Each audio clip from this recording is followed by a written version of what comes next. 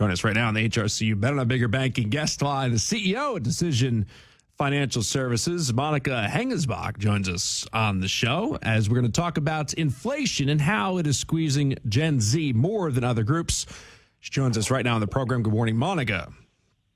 And good morning. Thanks for having me. Appreciate you joining us for the show. So freshly minted college graduates are grappling with more than trying to just land their first jobs. It's a whole bunch of different costs around them, including, obviously, their student loans for many of them as well. How difficult is inflation on Gen Z members, and how are they dealing with it?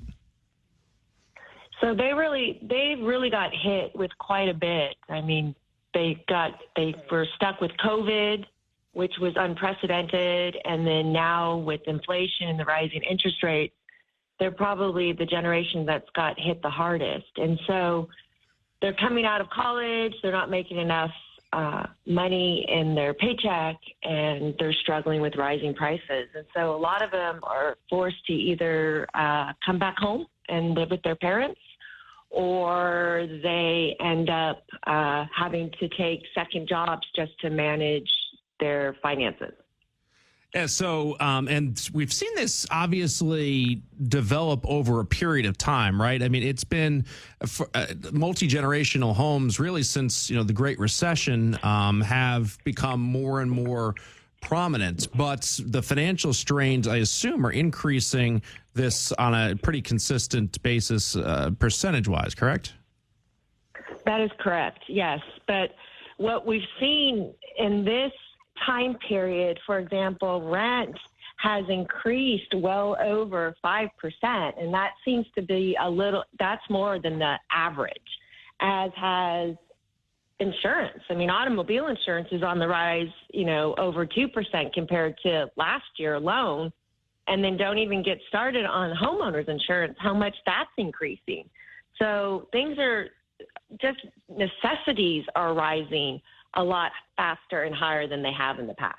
Monika Hengesbach joins us on the HRCU Better Not Bigger Banking guest line, CEO at Decision Financial Services, and we're discussing the disproportionate effect that we have seen inflation have on Gen Z more than other groups. And how have, in your view, those financial burdens kind of changed the trajectory of what Gen Z is looking for as compared to previous generations? Like I'm a millennial, and obviously my dad's a baby boomer, and we as a generations had specific goals of what the reality of the American dream was going to look like for us. How has the financial effects here with increased inflation change the perspective of these individuals about what their dreams are and how that compares with the reality?